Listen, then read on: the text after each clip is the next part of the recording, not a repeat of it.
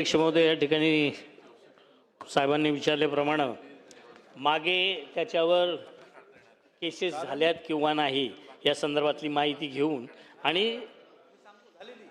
झालेली असेल तर त्याची माहिती घेऊन त्या ठिकाणी सराईत गुन्हेगार म्हणून त्याला काही वेगळ्या शिक्षेची तरतूद त्या ठिकाणी असेल त्या कलमानुसार त्यांच्यावर कार्यवाही केली जाईल आणि मुळातच सदरचा कारखाना हा बंद केलेला आहे. तर गोपीचंद पडळकर साहेब देतो महोदय धन्यवाद. अत्यंत महत्त्वाचा प्रश्न सभागृहामध्ये चर्चेला आलेला आहे. माननीय अध्यक्ष महोदय, मला एक 2-3 स्पेसिफिक प्रश्न माननीय मंत्री महोदयांना विचारायचे आहेत. हे जे अन्न औषध प्रशासन अत्यंत कडक कारवाई ज्या दिवसापासून महाराष्ट्रामध्ये सुरू केलेले आहेत त्या दिवसापासून माध्यमामध्ये अनेक बातम्या येत आहेत. एका शेतकऱ्याच्या संदर्भामध्ये अशी बातमी आली, गोट्यात जनावर नाहीत पण रोज 150 लिटर दूध जात होतं. टँकर काय काय त्यांनी कॅनॉलमध्ये सोडून दिले.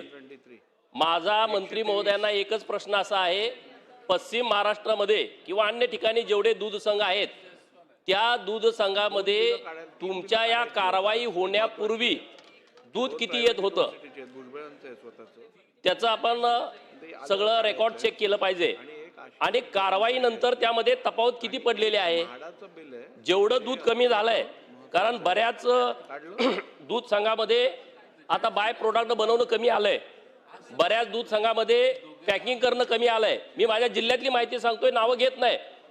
हे जर खरं असेल तपासणीमध्ये तर या दूध संघाच्या मालकांच्या वरती काय कारवाई करणार आहात याचं उत्तर आपण महाराष्ट्राला द्यावं. नसरापूरचा जो नराधम आहे, ज्यानं मुलीवरती अत्याचार आणि मर्डर केला, त्याच्यापेक्षा हे वाईट नालायक लोक आहेत. हे महाराष्ट्रातल्या करोडो लोकांच्या जीवाशी खेळतायत. दुधामध्ये युरिया मिसळणं, अरे युरिया मकेला टाकला, 2 दिवस पाणी दिलं नाही, मका जळून जाते आणि ते आम्ही पोराबाळांना देतोय महाराष्ट्रामध्ये. त्या लोकांची काय चूक आहे जे 60 रुपये 70 रुपये 80 रुपयेनं लिटर दूध घेत आहेत आणि ते मुलांना विष पाजतायत. तर याच्या संदर्भामध्ये काल सभागृहामध्ये चर्चा झाली. जिल्हा परिषद सदस्य, पंचायत समिती सदस्य, अरे अनेक पांढरपेशी माणसं यामध्ये आहेत, ते सगळे उघडे झाले पाहिजेत आणि त्यासाठी महाराष्ट्रातल्या सगळ्या दूध संघाच्या संदर्भामध्ये आपण काय निर्देश देणार आहात आणि किती दिवसामध्ये ही कारवाई कराल याचं उत्तर सभागृहाला अपेक्षित आहे.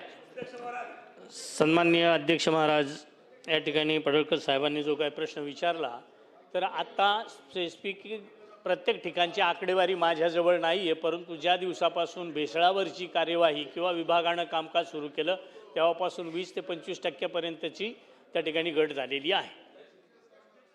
अध्यक्ष महोदय,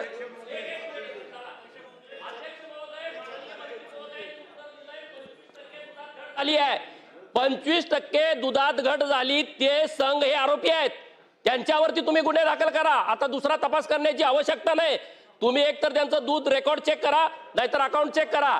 माननीय मंत्री महोदयांनी उत्तर दिलंय 25% दुधात घट आहे. मग ते कोण आहेत, त्यांच्यावरती डायरेक्ट तुम्ही गुन्हे दाखल करणार का, हा माझा प्रश्न आहे. अध्यक्ष महोदय, ज्या ठिकाणी तपासणी अंती निदर्शनास आले त्यांच्यावर गुन्हे दाखल केलेले आहेत.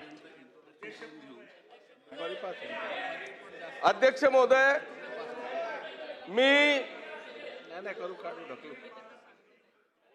मला